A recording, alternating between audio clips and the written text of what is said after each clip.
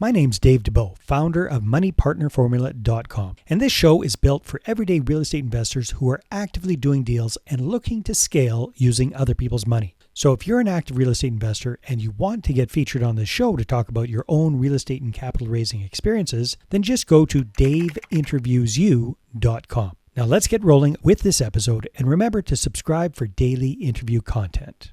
Hey, have you ever wondered how you can combine real estate investing with traveling the world? Well, today's guest has definitely done that. Nathan Amaral is a very experienced real estate entrepreneur. In fact, he's zooming in all the way from Uganda today, and he's able to do his business everywhere and anywhere he wants. He's been doing this for quite some time, thanks to short-term rentals. So Nathan, welcome to the show. Great to have you. Hey, thanks, David. Thanks for having me. Great to be here. My pleasure. All right. Give us a big picture overview of what does your real estate investing business look like right now as of September, whatever, 2024? Sure. Well, currently, I've spent a good amount of time, about 15 years in real estate investing, and it didn't start out with, international investing per se. It was more the localized, flipping real estate, flipping deals. And then over time, I wanted to do this lifestyle of being able to do real estate from anywhere. So that got me to this point, which is allowing myself to do a bunch of different kinds of strategies, commercial real estate, apartments. And then I've always really liked the apartment rentals and short-term rentals. So long-term, I have long-term rentals, I have short-term rentals. And I think I like the reviews. I really like getting that feedback from people, like giving them a great experience. The long-term rentals, you don't really get that feedback. You kind of get complaints a lot, but You get a different kind of feedback. Yeah. yeah, the short-term rental market is really fun, and I like how the platforms really, they encourage people to do a great job and give a great experience. So I really like that element of it. Very cool. So if you don't mind sharing, like your long-term buy and hold portfolio, is that spread out all over the world, or do you kind of focus on one particular area somewhere? Well, currently, so if you check out the flag behind me, this is actually where my whole family originates from. We're from the Azores Islands, immigrated to the United States. So I invest in three different countries. Number one, I invest in the United States, invest in Portugal, and then I also invest in Uganda, which is where I'm at. So, and that wasn't easy getting started, and that's not what I recommend to anybody. Like, just go invest internationally, but. But yeah, Uganda's not just yeah. jumping out at me as the number one choice of where to start investing, but what do I know? Yeah. Very cool. But So you got long-term like multifamily investments in yes. all three countries. What Yeah, about the actually, short? Okay. yeah. So I have short and long-term rentals in all three countries. I also have land as well. Land, I would say I do mostly in the United States and in Uganda because there's a high rate of return on land in Uganda right now. Mhm. But yeah, I do those strategies in the three different countries. Yeah. So land flipping, is that what you're referring to? I did more of land flipping in the United States. It's very Mhm. common there. Actually, I was having this conversation with my friend today about flipping real estate. Very common in the US. Here, it's a little bit more, you have to come with the cash. You're coming Yeah. with the cash, you're closing, then you can do something else with it. It's not more contract flipping. Yeah. Got it.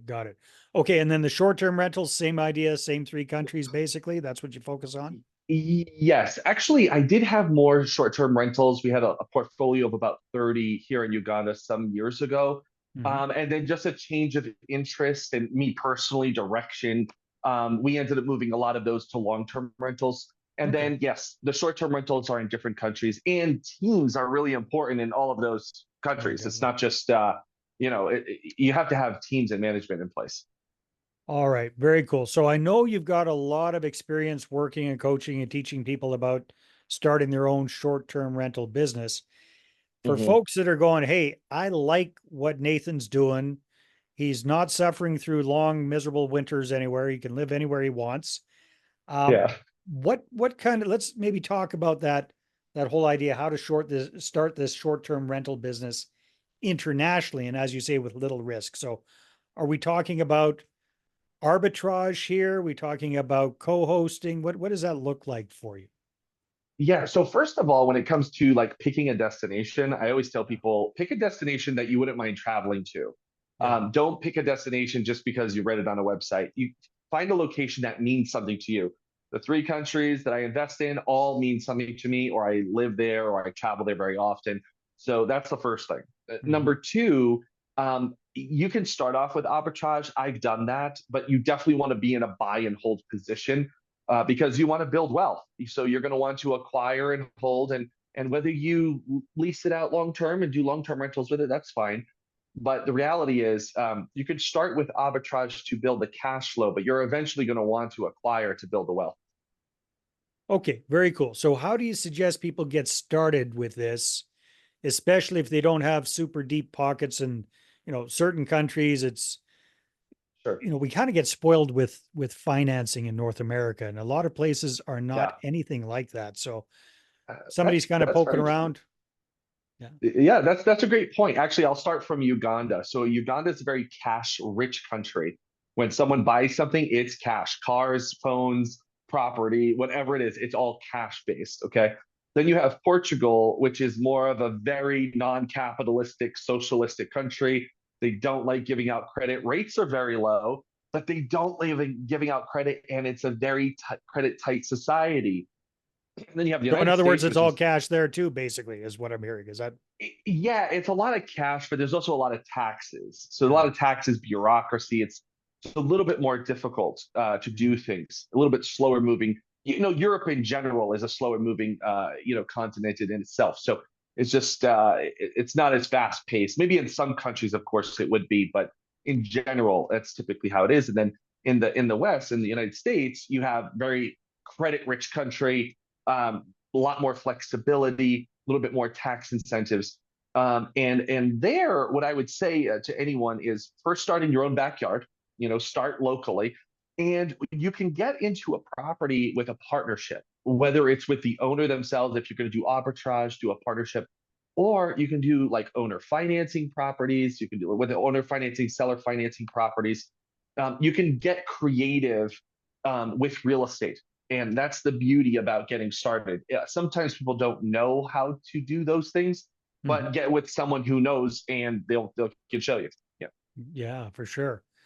Very, very cool. All right. So you're mentioning earlier on, if you want to start investing internationally, make sure it's a place that you like, that you've been to, you're familiar with, you would like to be traveling there on a regular basis.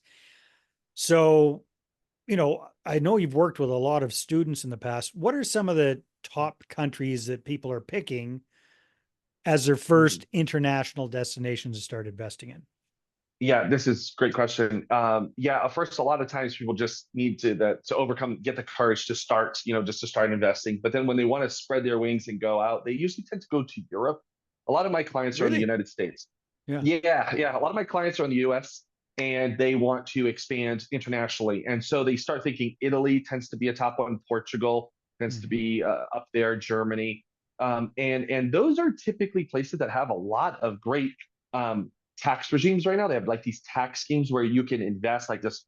Italy's basically giving out properties for $1 and these remote €1 in these remote Yeah. villages, and you have a 3 year term. So there's a lot of opportunity, but again, it's focus on an area that you really are going to enjoy or want to visit and be there. Because in the beginning, you're going to want to be visiting the location. You're not going to just want to buy, Not sight want to, you're unseen. gonna have to, I think, right? I mean, just to Yeah, yeah, make yeah, sure yeah, stuff happens. Yeah. yeah, for sure. Excellent. Yeah. Very good. So Nathan, Uganda seems like it's important for you. How did that come to be? What's up in Uganda for you?